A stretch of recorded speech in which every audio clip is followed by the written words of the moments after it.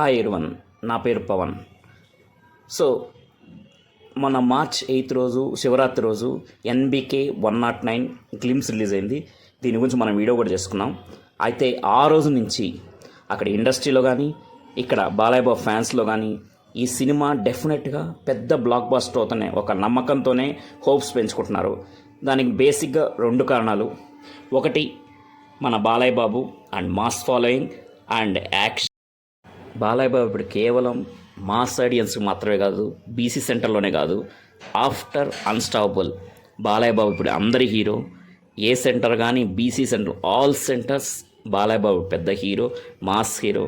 So కంపల్సరిగా ఈ cinema hit అవుతుంది మంచిగా తీస్తే, ఎందుకంటే అక్కడ బాబీ డైరెక్టర్.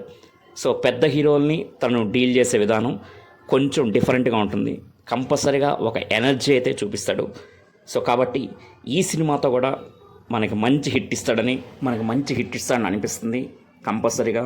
ఎందుకంటే ఈ మధ్య ఒక ఇంటర్వ్యూలో బాబీ మాట్లాడుతూ చాలా జెన్యున్గా, హానెస్ట్గా బాలయ్య బాబుని ఆల్రెడీ 100 మూవీస్ పైన చేస్తున్నాడు.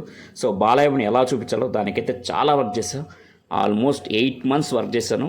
ఈ మూవీ చూసిన తర్వాత మాత్రం మా బాలయ్య బాబుని ఏం చూపించాలని ఫ్యాన్స్ అయితే కంపల్సరీగా అంటారు.